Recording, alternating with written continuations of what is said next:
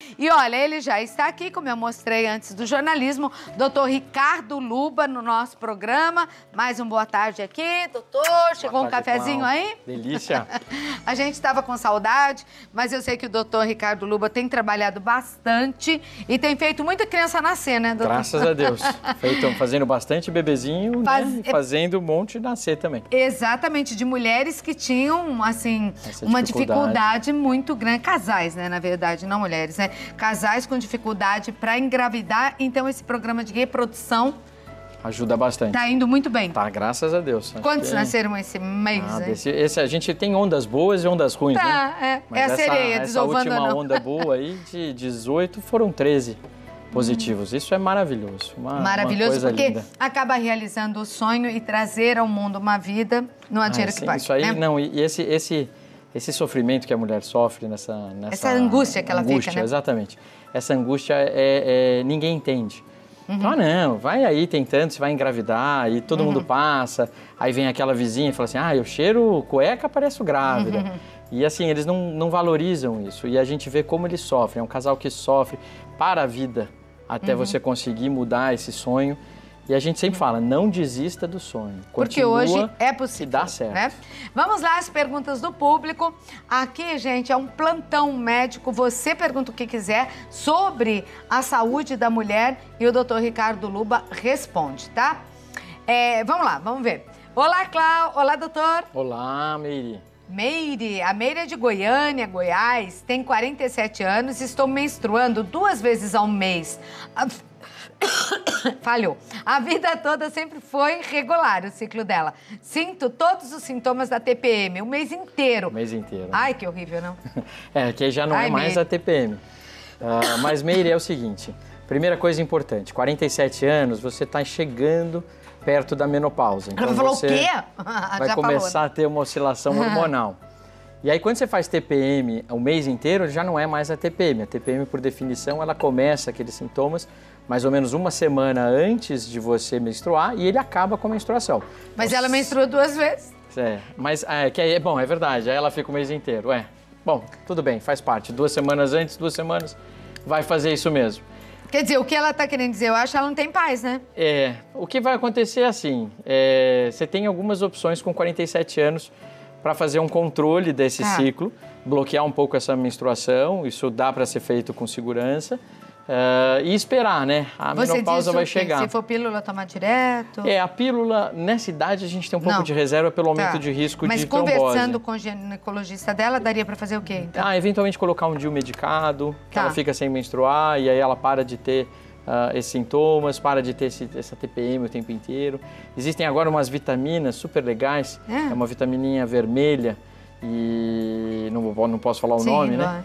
Mas ela ajuda bastante na TPM. Usa 3 vezes ao dia, mais ou menos quando começam os sintomas. É bom falar, né? Porque aí você bom. Não deveria, mas se faz sempre que não vai aí ao ginecologista já há algum tempo, pode pedir. Ninguém merece ficar sofrendo na farmácia, eles dão, TPM, não né? Tá Sim. bom.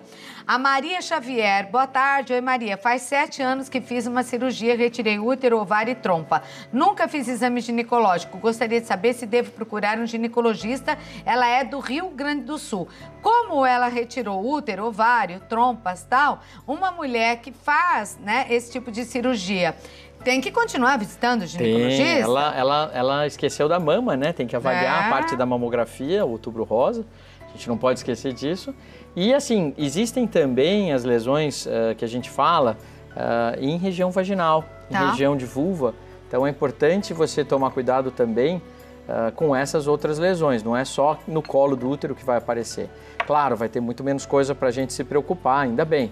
Mas tem que continuar avaliando isso daí. Ok, vamos para a próxima, Beatriz. Boa tarde, Claudete. Opa! Boa tarde, equipe Santa Receita! Boa tarde! Ei, que boa tarde gostoso, quentinho hoje, hein? Minha neném tem 4 meses, estou apenas amamentando. Mas apenas não, graças a Deus você está amamentando. Fala assim, estou amamentando, com a boca cheia, né? Mas depois de 2 meses que ela nasceu, voltei a menstruar normalmente, mesmo amamentando. Isso é normal? Ela é de Montemor, São Paulo. Absolutamente normal, tá? Depois de 2 a 3 meses, mesmo que você esteja amamentando, você vai voltar a ovular normal. Antigamente acreditava-se que quem estivesse amamentando não ovulava e por isso não engravidava. Isso é mentira, engravida. Então, se você também não estiver tendo relação com proteção e não deseje, né, outro filho, tenha cuidado. Tenha cuidado que você pode engravidar. Esse é um risco grande, sim. É mesmo, falavam que a mulher que estava amamentando não engravidava. Gente, tem tanta mulher que engravida na amamentação. Você pode ver por aí, por isso tem filhinhos próximos, né? Ana Silvia, oi Ana, boa tarde para você também. Ela diz que gosta de todos aqui do programa. Que beleza. Muito obrigada, viu? Gostaria de saber do doutor. Estou grávida de 7 semanas, parabéns, mas tenho 2 miomas intramural e estou com ameaça de abortamento. Oh, caramba! Será que é por causa do mioma? Ela é de Sobral, Ceará. O que é um mioma intramural? Tá certo? Tá certo. O mioma intramural é um mioma que fica localizado no músculo do útero. Então, esse mioma, ele depende, claro, do tamanho, da quantidade que ela tem. Ele aumenta o risco realmente de perdas, né? Aumenta o risco de abortos. Mas a mulher consegue engravidar, tanto é que ela conseguiu. Mas evolui bem. O que ela precisa fazer é repouso, conversar com o médico dela. Existem algumas reposições hormonais que a gente pede junto nesse período para serem feitas. Se faz com óvulo via vaginal. E repouso, não tem jeito. Fazer bastante repouso mesmo, é deitada, perna para cima. Mas quanto tempo? Até parar de sangrar. Aí quando para de sangrar, espera uns 10, 15 dias sem sangrar, aí volta às atividades, mas bem mais leve, sem atividade física, sem esforço. Para não abortar. Para não ter esse risco. Então, perna para cima. Deitada. Deitada assistindo Santa Receita. Assistindo Santa Receita. E o médico. Passar no médico. Passar no médico, porque tem uns remedinhos que ele pode te dar para ajudar a segurar o bebê, Sim. tá bom? Boa sorte, me conta depois como ficou, por favor. Fernanda, oi Fernanda, ela tem 23 anos, já teve 2 abortos e agora há uns 2 meses foi diagnosticada com cisto hemorrágico no ovário esquerdo.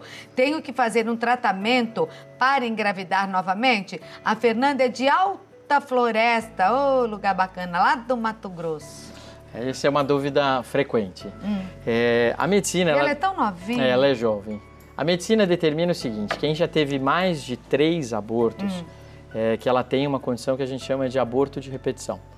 Esses abortos de repetição, eles podem ou não continuar acontecendo. Mas por que algumas mulheres têm isso? Várias causas. 70% das causas é de causa genética. E os outros 25% a 30% têm outras coisas associadas, mas especialmente risco de trombose e as endometrites, que são algumas alterações imunológicas. Então, assim, esse cisto hemorrágico dela não precisa se preocupar. Se for só um cisto hemorrágico, isso de 2 a 3 meses ele regride. O cisto hemorrágico acontece quando a mulher ovula e aí na hora que ela rompe aquele folículo para liberar o óvulo que vai cair na trompa e vai procurar o espermatozoide, esse cistinho, né, que forma, ele sangra dentro. E na hora que sangra, forma um cisto hemorrágico, que deve ser reabsorvido tranquilamente. Ela pode fazer um tratamento para... Seria interessante ela passar com o médico, ela já teve 2, ela ainda não se enquadra nessa terceira. Tá. Mas eu costumo falar o seguinte, que quem nunca teve um aborto, acha que tudo bem esperar até o terceiro. Mas quem já viveu isso e quem a gente vê o sofrimento, acho que no primeiro aborto a gente já acende uma luz, que é muito comum, a primeira gestação, de 15% a 20% dos casais evoluem com aborto. Tá. Mas quando você tem um segundo aborto, eu acho que já vale a pena começar a investigar para abortamento de repetição. Ok. Então, acho que é legal ela passar, talvez não para engravidar, mas de repente para diagnosticar a causa desse aborto. Dá para saber. Às vezes dá. Sim, mas fazer uma investigação pelo menos para saber. Sim. Né? A Cida agora. Boa tarde, minha filha tem 18 anos e na ultrassonografia abdominal apareceram folículos nas trompas. A ginecologista receitou 1 ano de anticoncepcional. Ela tem muita cólica, mas não tem relação sexual. Gostaria de saber se não vai prejudicar a saúde dela. Ela é do Guarujá, São Paulo. Um beijo para tua filha também, viu, Cida? Cida, é sempre uma balança, né? Toda vez que a gente entra com medicação, a gente tem que entender se o benefício vai justificar os riscos. Sempre tem riscos. Então, qual que é o principal risco relacionado ao uso de anticoncepcional?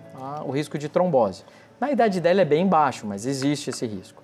Agora, se ela tem muitos cistos, né, e eles chamam isso de folículos, deve ser o ovário policístico. E aí o ovário policístico, se a gente não tratar, vai trazer alguns outros riscos para ela no futuro, como hipertensão, diabetes e às vezes até alterações no endométrio, no útero. O que ela pode fazer? Se trata como? Trata-se com o anticoncepcional. Mesmo que ela de uma já forma tomando. natural, a gente não tem muita coisa para o ovário policístico, mas usa-se o anticoncepcional. Dependendo de como tiver a glicemia dela e o peso, a gente entra com hipoglicemiantes orais. E tem uma vitamina também super legal que chama-se mil-inositol, não é o nome comercial, o nome genérico. Mil-inositol. É um sachêzinho, você toma de manhã e à noite. Ele ajuda muito nessa saúde do ovário. Do ovário? Do ovário. Ah, nossa, eu quero anotar isso. É mio-inositol. É mio-inositol. Zitol, é a substância isso. Nós não estamos fazendo propaganda de remédio, não. É uma substância que ajuda, então, em ovários. Ela vai ajudar a mitocôndria da ovário. Então, o folículo e o cisto é a mesma coisa? O cisto, o folículo não deixa de ser um cisto. Tá. O cisto é como se fosse uma bolinha. Mas aí você tem vários tipos de cistos e dentro desses a gente chama de folículos. E uma mulher que tem cisto no ovário ou esses folículos, ela pode apresentar alteração de pele? Pode, vai ter. Quem tiver, por exemplo, nesse caso, provavelmente que ela tem, deve ter provavelmente acne, aumento de pelo, dificuldade de perder peso. Normalmente essas meninas que têm ovário policístico, muitas delas têm um aumento de peso difícil de perder, e especialmente na barriga, por causa da quantidade de hormônio masculino que a gente tem nesses casos. Érica Marina, vamos ver o que a Érica quer. Vou realizar a cirurgia de retirada do útero devido a miomas e hidrossalpingia. É isso, doutor? Sim. Entupimento da trompa. Gostaria de saber como é a recuperação e os devidos cuidados que ela tem que tomar. Ela está com 41 anos, é muito gata ainda, né? A Érica lá. Ela não parece ter 41 anos, parece mais jovem, né? Mais jovem. A Érica Marina, lá de Jacareí. Beijo, pessoal de Jacareí. Então, Érica, assim, você tem 41 anos. O que vai acontecer quando fizer a cirurgia?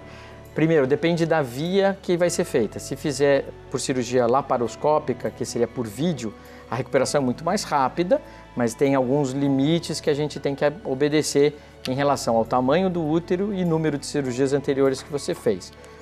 De qualquer forma, os primeiros 15 dias você faça bastante repouso, não se esforce demais, não faça atividade, não tenha relação sexual, tome bastante cuidado, se alimente direito e beba bastante água. E sempre que você tiver qualquer sinal diferente, seja sangramento, seja vermelhidão, seja febre, você procura o seu médico que operou para ele avaliar se você tem alguma coisa dessas. No caso da cirurgia aberta, aí essa recuperação normalmente é um pouco mais dolorida, porque houve um pouquinho mais de lesão. É como uma cesárea, o corte é maior ainda? Isso, como uma cesárea, o corte é grande, e aí você tem um pouco mais de lesão, e isso dá um pouco mais de dor. Mas normalmente uma semana depois das duas cirurgias você já vai estar se sentindo muito melhor, e em 15 dias você já vai estar bem tranquila, tá bom? E outra coisa, não fique com a cismada, porque muita mulher que retira útero fica se achando menos mulher, meio cismada com isso, que é só caixinha para ter filho. Já teve, tá bom, pode jogar a caixinha fora. E tá tudo bem. Não é?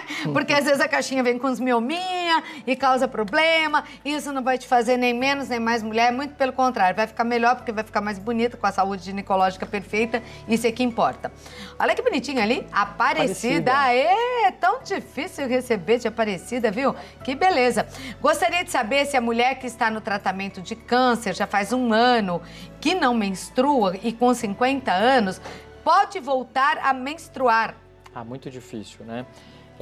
Depende do tipo de câncer que ela está fazendo, mas... Agora eu já não sei. Ela é Aparecida, mas não é de Aparecida. Ela é de Aparecida de... Ela é Aparecida, mas ela não é um Insta. Ela é de Boituva. Ela é de Boituva. Não é da cidade de Aparecida. Ela é Aparecida. Com certeza recebeu esse nome por Nossa Senhora, né? Bom, mas minha querida Cida, então vamos saber, mas pra que você quer menstruar? Se fosse bom, ninguém ia chamar de incômodo. Esquece. Que tem, por exemplo, pacientes que fazem o tratamento do câncer de mama, às vezes tem que fazer quimioterapia e às vezes tem que seguir tomando um remédio de 5 a 10 anos, que é o tamoxifeno, que é exatamente para fazer um bloqueio hormonal. E aí a questão às vezes vem nisso, mas eu preciso continuar? Sim, para não correr risco de recidiva. E não vai menstruar? Normalmente não. E para quê? Não precisa, né? Não vai mais. Com 50 anos. Não tem mais necessidade. Não tem. Vai ficar até mais tranquila. Fica mais Fica sossegada. tranquila, Cida. Chega de sangue. Vamos lá. Ana Paula Almeida. Boa tarde. Meu nome... Ai, meu Deus, começou a pipocar aqui meu ponto. Meu nome é Paula, moro em São Paulo. Gostaria de saber por que depois que menstruo, aparece como uma íngua, assim, né? Tipo um pelo encravado próximo à vagina. O que seria, doutor? Toda vez que a gente tem a menstruação, você tem um processo inflamatório que acontece na região pélvica. A íngua é o nosso centro de defesa, onde juntam as nossas células de defesa, que são chamadas de linfonodos. Então, toda vez que você tem uma inflamação, isso acontece. É raro acontecer isso, não acontece toda hora, mas e é bom ela perceber e entender isso como uma coisa que sempre acontece, mas normalmente é benigno, não acontece nada. Não mexe, não faz nada, deixa quieto. Só se observa e, claro, como aparece sempre, é legal ver com o médico, fazer um exame para ter certeza que está tudo bem, mas provavelmente não vai ser nada, não. Tá certo. Tem mais, diretor? Gustavo, oi Gustavo, vamos ver. Boa tarde, Claudete, sou Gustavo. Receber pergunta de homem, né?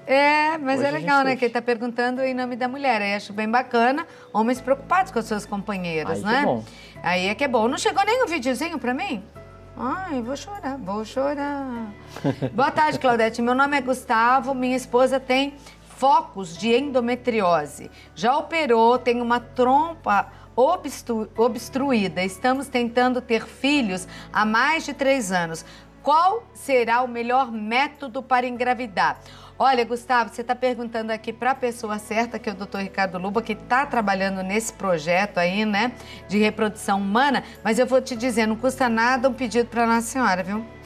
É verdade. Tanta gente conseguiu engravidar pedindo para Nossa Senhora, sabia?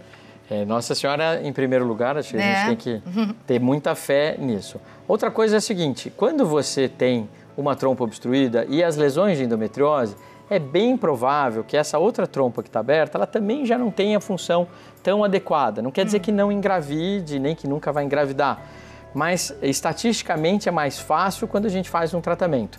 E toda vez que a gente tem um problema na trompa, o tratamento mais adequado é a fertilização in vitro. Tá, agora, doutor, não é pela endometriose, porque quem tem a endometriose pode engravidar. Pode. O problema dela está mais relacionado à trompa, ou é a trompa obstruída pela endometriose? Provavelmente é a trompa obstruída pela endometriose. Então, uma coisa está ligada à outra. A endometriose, ela é bem, assim, é muito grande o leque da endometriose leve para a endometriose severa. A gente tem muitos efeitos que podem ocasionar a endometriose. E o efeito principal da endometriose é essa resposta inflamatória.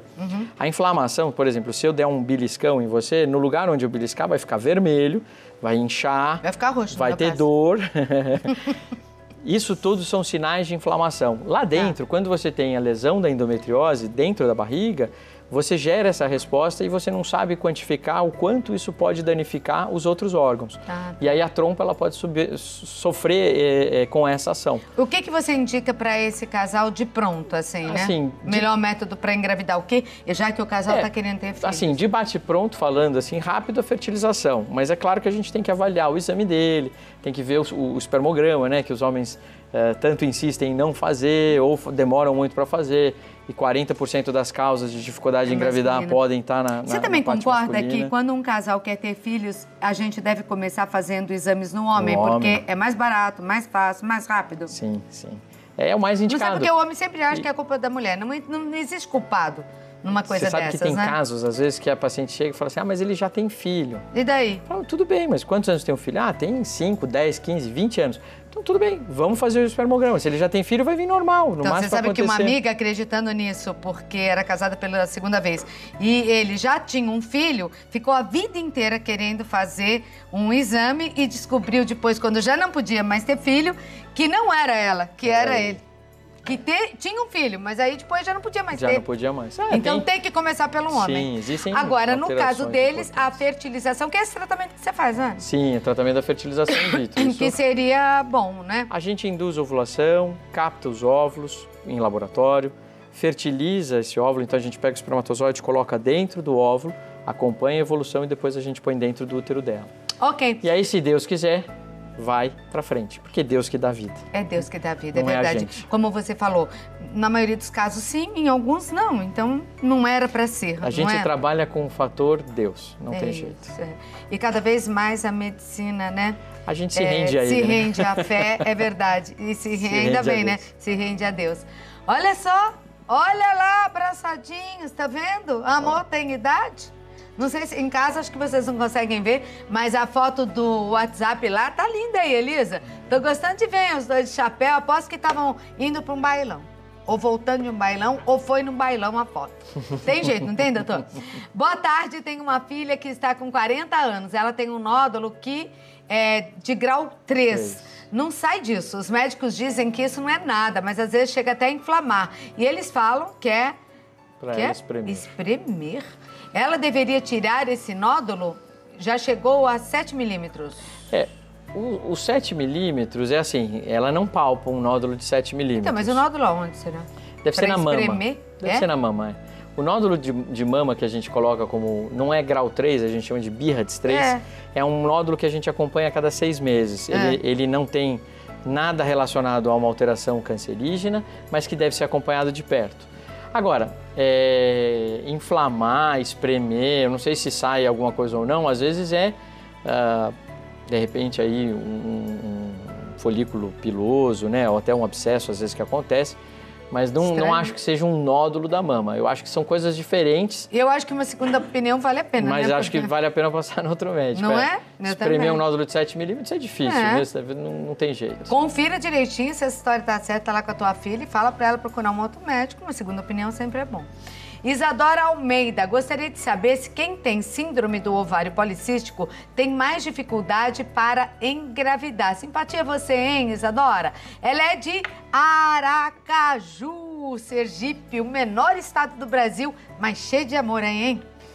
A síndrome do ovário policístico, ela leva algumas pacientes a ficarem sem menstruar durante alguns ciclos. Isso dificulta, mas não impede de engravidar. Então pode ser um dos motivos de dificuldade, mas não necessariamente vai dar dificuldade. Então, acho que é importante simplesmente acompanhar. Tem pacientes que têm ovário policístico que não menstruam nunca. Essas pacientes elas vão ter um pouco mais de dificuldade, sim. E aí, realmente, o médico é interessante passar. Ok, vamos lá para a Rê. Ela tem 35 anos, não toma anticoncepcional. Há uns 15 dias tenho tido, né, um tipo de menstruação, tipo sangue sujo, a minha menstruação está atrasada. Mas gravidez está descartada, pois meu marido é operado. Para Deus, não, cala-te boca. O que pode ser, doutor? Obrigada.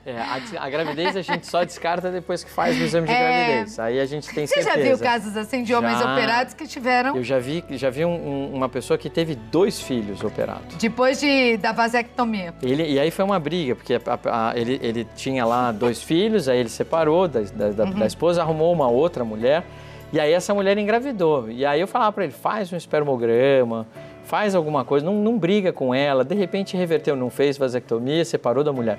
Nasceu, fizeram DNA, nasceu, era dele. Aí depois separou de novo, né, porque aí estava brigado e tal, arrumou outra mulher. E aí essa mulher me aparece grávida também. E eu falei, você não faz o exame? Faz o exame, é simples, você faz o espermograma. Aí ele falou, não, dessa vez eu vou assumir, não vou arrumar briga, que deve ser meu. E aí depois ele fez realmente o exame e veio uma quantidade e teve reversão, né? Reversão natural. Natural, e pode acontecer. Pode. Quer dizer, então, Rê, isso pode acontecer. Essa possibilidade. Mas voltando à dúvida dela, mais relacionada talvez a alguma alteração hormonal, eu acho que é isso que ela sugeriu, que pode ser possível realmente, ou às vezes um pólipo, um miominho, alguma coisa que pode dar esse sangramento irregular. Isso pode acontecer também. Melhor dar uma olhada? Bom passar no médico. Ok. Vamos lá para a Cíntia, que tá com uma bebezinha no colo. É bom. Tive bebê 1 mês, ela é realmente pequenininha. Parto normal, que bênção. E agora estou sentindo umas fisgadas bem fortes, que pega de baixo até o umbigo. Isso é normal? Tem umas fisgadinhas que dá, que é quando o músculo começa a voltar e a deixar de ser tão mais... Ele fica bem flácido no final da gestação e depois ele vai contraindo. Como foi parto normal, não tem nada que a gente pense de lesão muscular ou de dor pós-operatória. Então isso deve ser um processo normal. Agora, né, toda dor que a gente não consegue entender ou não consegue ver diagnóstico, A gente não sabe nesse momento aí se teve alguma lesão muscular mais grave no parto. Às vezes, de tanto fazer força, você pode ter um estiramento muscular e aí vai dar dor. Né? A gente brinca, né? O estiramento de dor de panturrilha chama-se síndrome da pedrada. É como se você tivesse tomado uma pedrada na perna. Credo, o que é isso?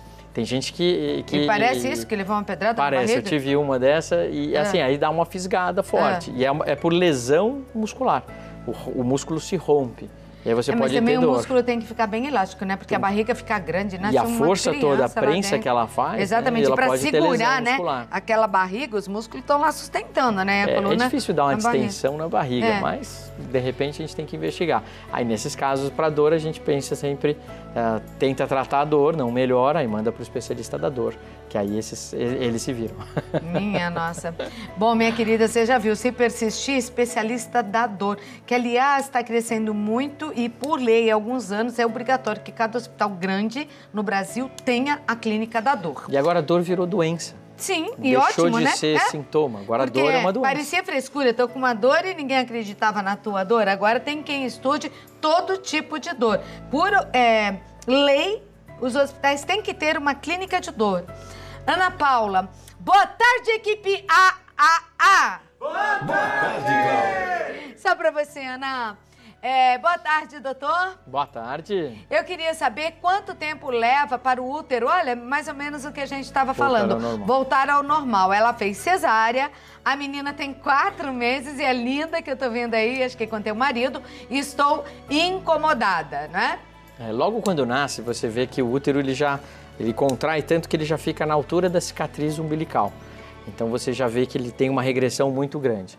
Ele demora ele nunca mais vai voltar a ser do mesmo tamanho. Por isso que às vezes ter filho muito seguido não é bom, né, doutor? Vários filhos vão deixar seu útero maior, mas não tem tanto problema, assim, parto normal não tem tanto problema. Quanto tempo demorou por exemplo, ela fez uma cesárea, quanto tempo demora para voltar? Para cesárea, demora 1 ano a cicatrização. 1 ano. Se ela engravidar nesse 1 ano, nem voltou ao normal, ela já está grávida de novo. Antes de 1 ano é ruim. A gente orienta sempre assim, de 1 a 2 anos, para respeitar. Tem muita gente que já fala o seguinte, não, eu já vou passar pelo tormento, né? Que é aquele furacão de criança chorando. Já tudo junto. Aí, depois de 6 meses, tem outro filho, mas é um pouco arriscado quando a gente faz um parto cesáreo. Tá. Agora, no caso dela, ela disse que nem tá bem e tal, e faz só 4 meses. Vai ter que aguentar? Tem alguma coisa que ela possa fazer que vai ajudar nesse processo de regressão? Tá regredindo bem e vai. Não, provavelmente já tá lá embaixo, já na pelve. De 1 mês depois, a gente já sabe que o útero já regrediu bastante. O negócio é procurar esquecer. Agora vai vivendo, né? E vai vendo. E a cesárea é difícil, dói um pouquinho, né? Nossa, não tem como, né? Fale, o pessoal, às vezes, a gente como é médico, a gente fala, não dói. Dói. É tranquilo, mas dói. Nossa, dói no dia seguinte, dói muito, viu? Nossa, dói demais. Eu não sei, o parto normal, só tive um filho e foi cesárea. Mas, nossa, eu achei bem ruim, viu? Pra dizer a verdade. Bom, eu já faz tempo que esqueci a dor, mas não totalmente, que tem mulher que esquece, no outro ano já tem outro filho. Na hora é ruim. Mas mas depois a dor, a gente esquece. Ai, mas tem dor que a gente não esquece, não. Doutor, eu vou deixar aqui o Instagram, eu sei que você tá com artigos, já estamos colocando bastante coisa, stories, a gente explica bastante coisa. Que bacana. É @ginecologia-luba, é isso? Não tem oficial, não tem nada, não? É só isso, @ginecologia-luba. @ginecologia-luba para você entrar no Insta lá do doutor e perseguir ele. Porque doutor a gente não segue, a gente persegue. Porque quando tá ruim, já pergunta logo lá. E o telefone é 11 São Paulo, 2769-6013, tá? 011 São Paulo, 2769-6013, doutor Ricardo Luba, médico ginecologista obstetra e especialista em reprodução humana, participando do programa. Obrigado, doutor. Beijo, Cláudio. Não desaparece, Pode deixar, menino. Mês que vem eu tô aqui. Tá bom.